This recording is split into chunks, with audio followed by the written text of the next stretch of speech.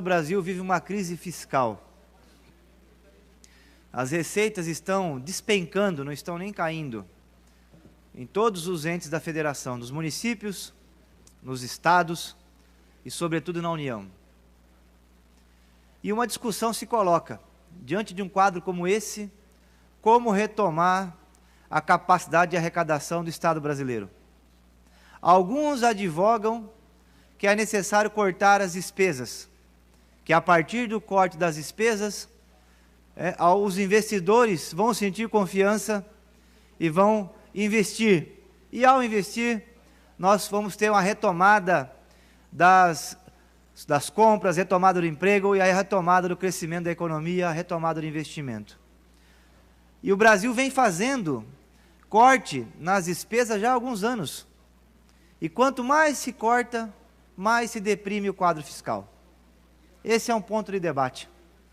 A questão que se coloca é a necessária análise de que, de fato, o corte das despesas já não faz mais frente às necessidades do país.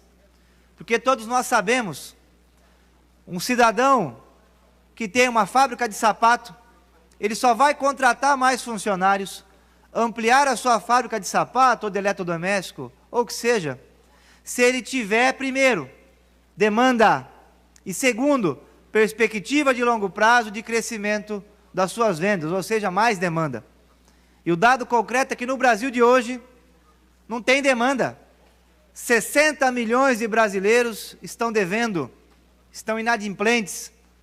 As empresas também estão devendo.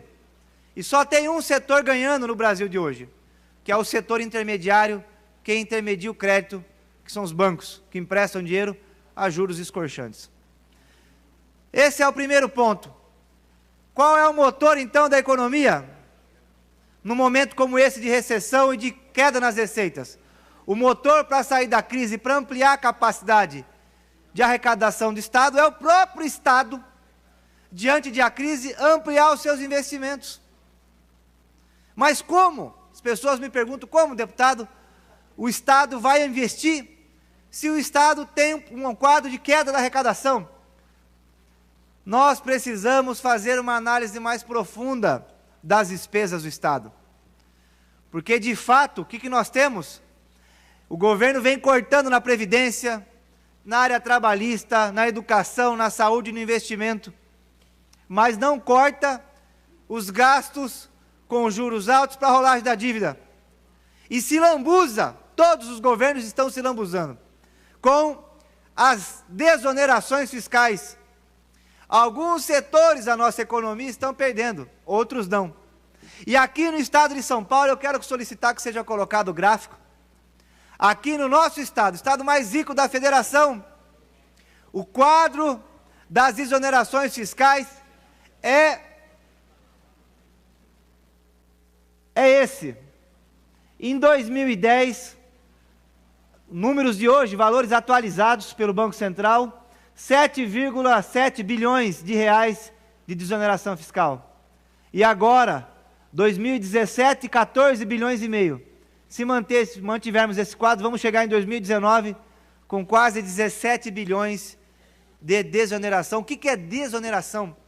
Desoneração é isenção.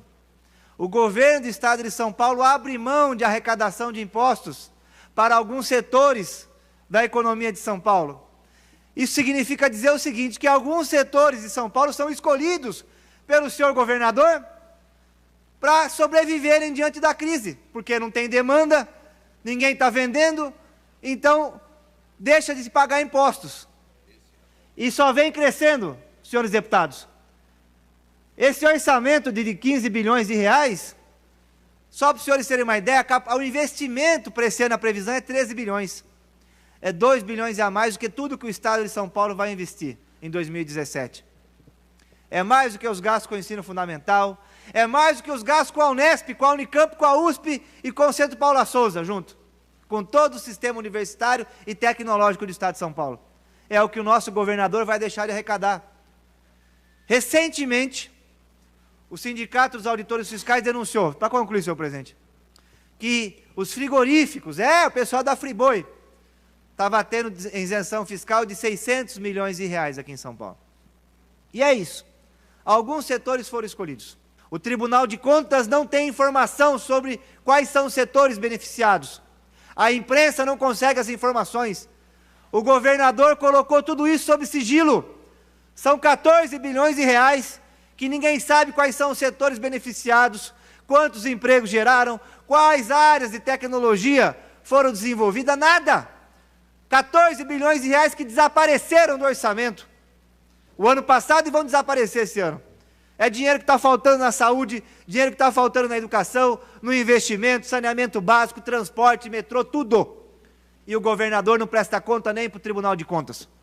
Eu cheguei o relatório em minhas mãos, o conselheiro do Tribunal de Contas escreveu a seguinte frase: é de fato uma névoa de dificuldade para se saber o que está acontecendo com as exonerações fiscais. E aí produziu um apartado questionando das contas do governador a questão das exonerações fiscais. Só que o tribunal não tem força, porque o tribunal é um órgão que assessora a Assembleia Legislativa. Quem tem força para colocar vamos dizer, fechar a porteira das exonerações fiscais e começarmos a ter uma análise séria, saber quais são os setores da economia de São Paulo que estão sendo beneficiados, quantos empregos estão gerando, quais cadeias produtivas. Não sou contra a desoneração fiscal. E os deputados que assinam à frente também não são, por princípio. Só que desoneração fiscal só tem cabimento, senhor presidente, primeiro, se tiver um retorno social, emprego. Segundo, se setores de tecnologia, for uma área de desenvolvimento tecnológico que interesse o Estado de São Paulo. Terceiro, se forem cadeias produtivas que São Paulo não tem, ou que tenha dificuldade competitiva. Quarto, se estivermos perdendo cadeias produtivas importantes para o Estado. Só que isso é um debate público transparente. Agora, na medida que o governador não disponibiliza os dados, nós estamos trabalhando aqui, essa é uma tabela da previsão, porque o executado não existe. Ninguém no Estado de São Paulo tem os dados executados da desoneração fiscal.